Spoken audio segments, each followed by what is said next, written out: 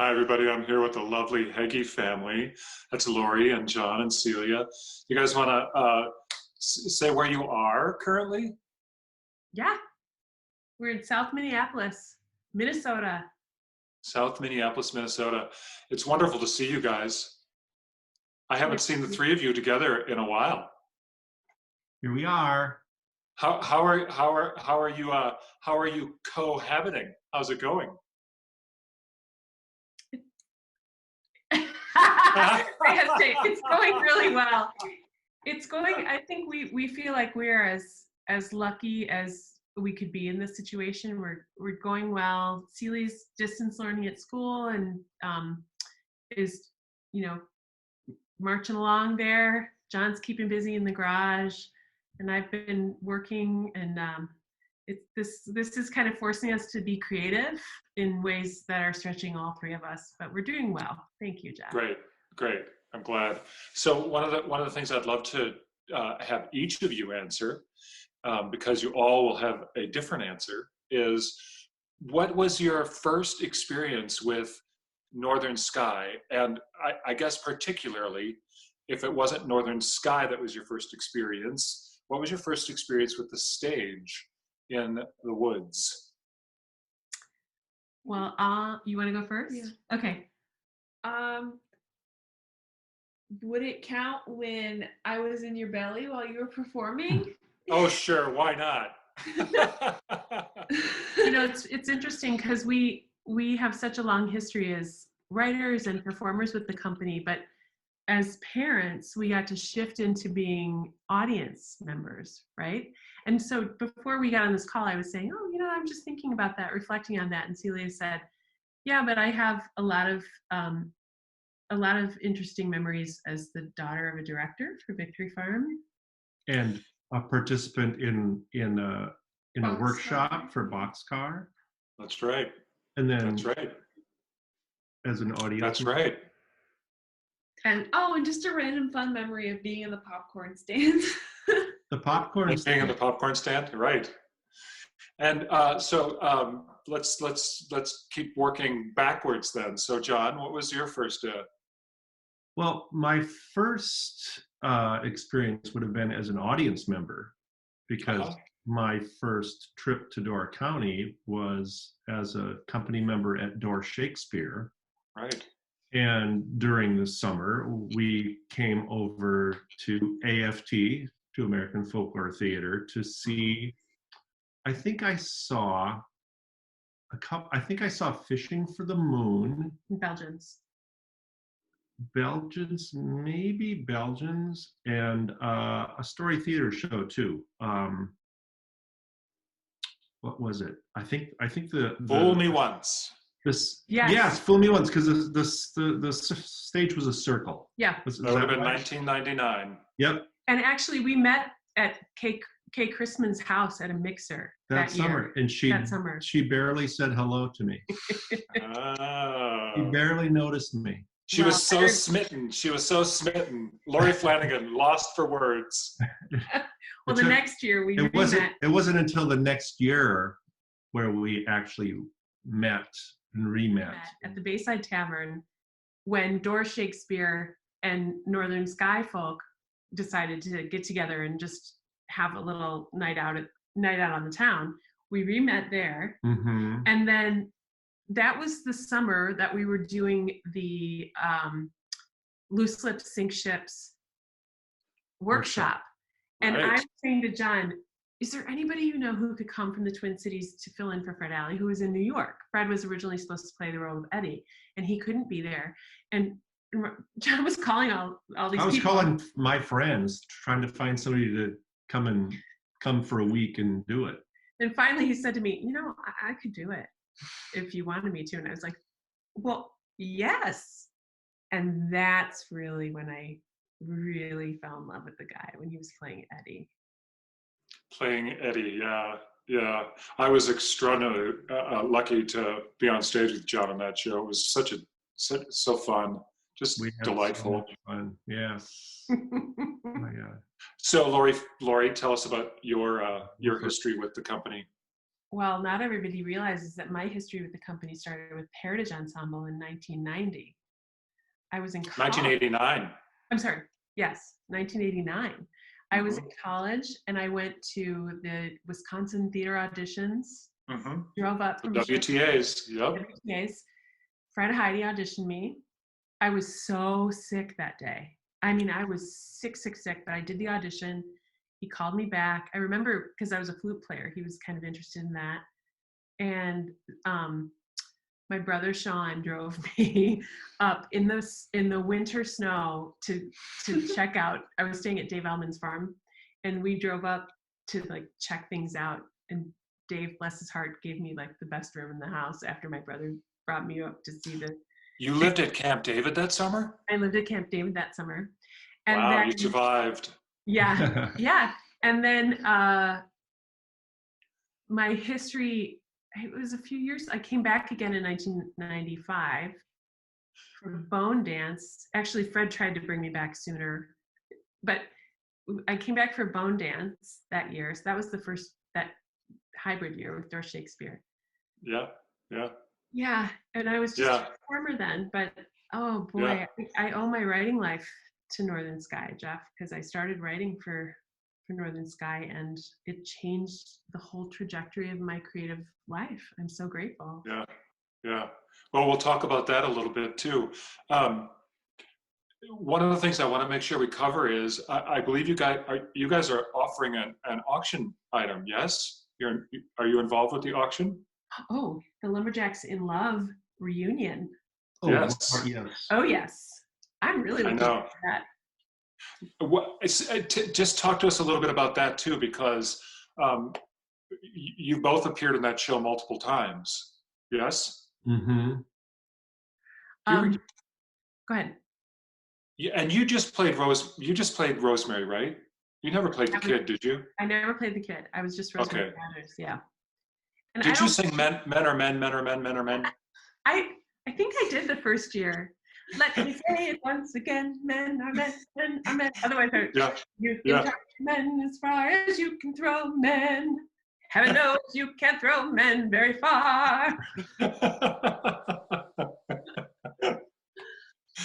And then John, you were the first person to fill in for Fred after he died I was. in Lumberjacks, Summer of and 2000, you 2001. It 2001.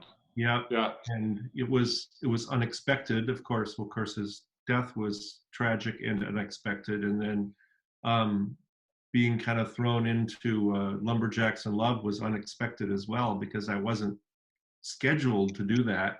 But right, right. I was glad to step into Fred's very big lumberjack boots. Yeah, It was a hard summer in many respects because of that, but the joy that I experienced on stage with the rest of the lumberjacks and the adoring audiences at AFT at Northern Sky um, certainly was a big payoff. yeah. I'll say, I mean, it's one of the things that I love about Northern Sky and being involved with it creatively is that, like you said, that summer, Fred died. It was 2001, but I remember that summer so joyfully because of Loose Lips and because of doing Lumberjacks. And it just felt like, it felt like we were all okay. And we were able to just laugh and have fun and invite, our wonderful Northern Sky audience to be the balm. It was really an extraordinary thing. It was really quite lovely. And that was the year, Laurie, that you had your debut show at Northern Sky, Loose Lips Sink Ships. Loose Lip Sync Is that Ships. right? Yeah. Yeah. And what have you gone on to do since then as a writer for both us and in the Twin Cities, Laurie? So Loose Lip Sync Ships was my first show ever, and then I went on to do See Jane Vote, the 2006 with James Kaplan, and was Boxcar last year or 2 years ago? 2 years. 2 A years couple ago. years ago, yeah. Yeah. Boxcar with James Velk at Northern Sky. Yeah. And then here in the Twin Cities, a show, 20 Days to Find a Wife, at History Theater and Hormel Girls at History Theater, Sweetland, which is going to be streaming from History Theater in the month of June. Well, that got worked out, huh? yeah, That's great. we're just doing a little Sweetland interview. So actually this is a piece of art behind me that's pertains to Sweetland because it's a threshing machine, but it's actually from a Door County artist from Rickman's gallery. One of my favorite things. And then most recently, I had a spy musical called Dirty Business that premiered in the Twin Cities. But the whole story of how I started writing is I was walking, I've told this story, so I'm sorry if I'm repeating myself to somebody who's watching this, but walking that path one day with Fred Alley, I said, Fred, I really want you to write a show about women. Would you? And he turned to me and he said, why don't you do it?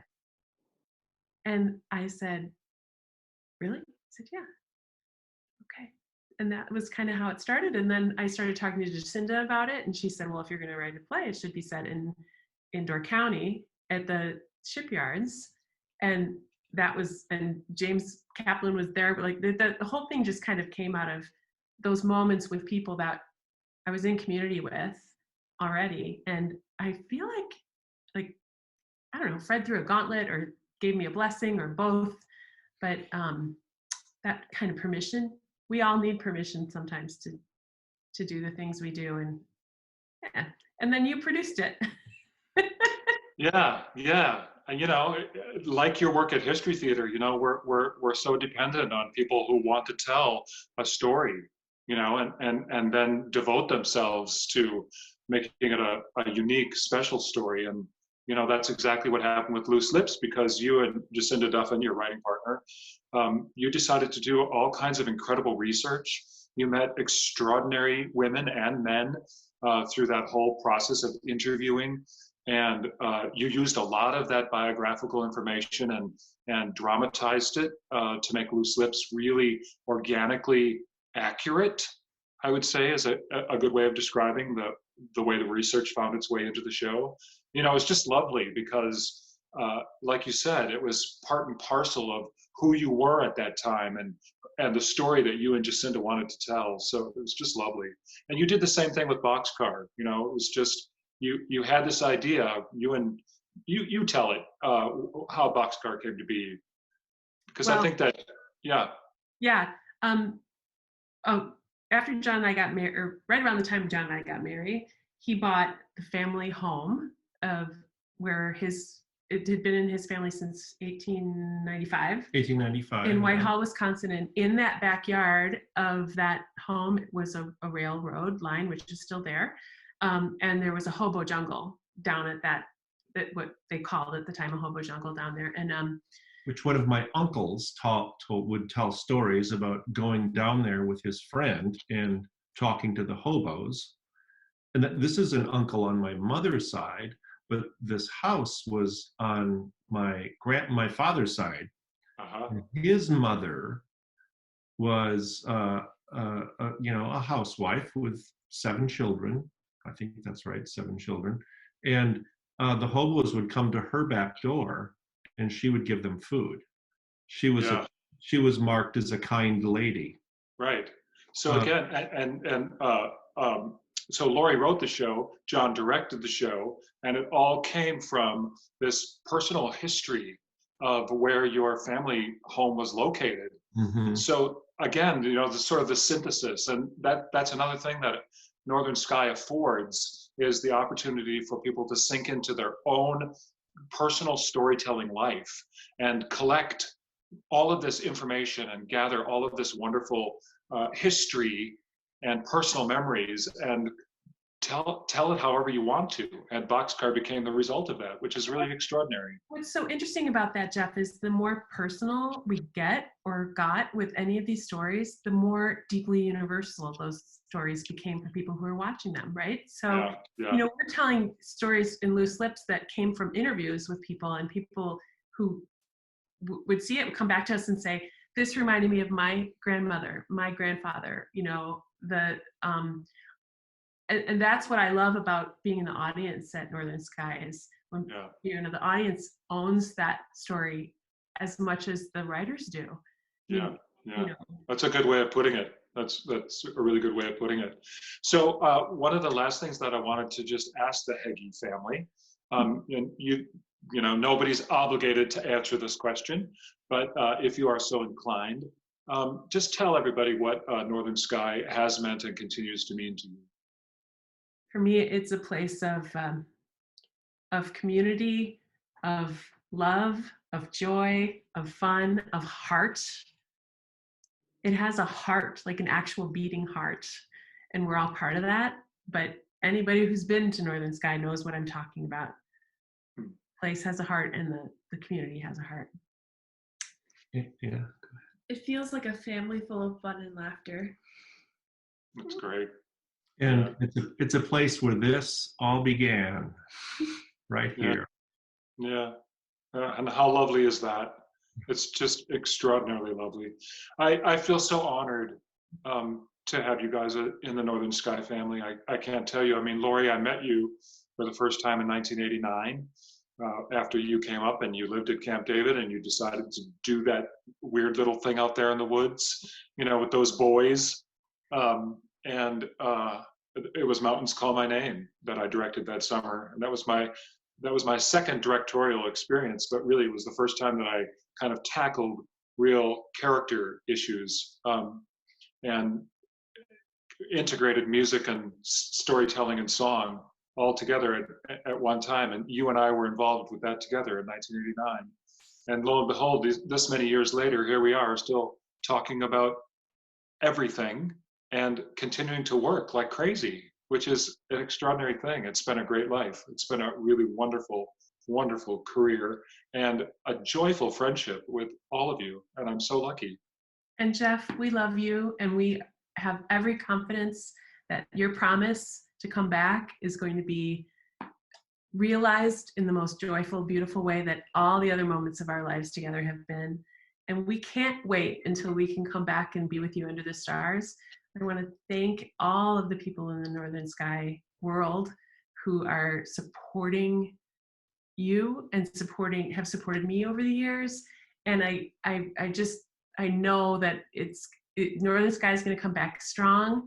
And thank you for making that promise to us. Yeah, no problem. And also, I got to get you guys into the new building because I can't wait to show you around. I cannot wait to show you around. I think you'll be amazed. I'm just waiting for the year that Celia's interning in your space. The inevitable. Yep, I think you're right. Circle. It is inevitable. It is inevitable.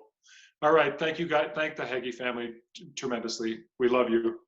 We love Thanks, you. Jeff. Love you. Yep. Bye now. Bye. Bye. Bye.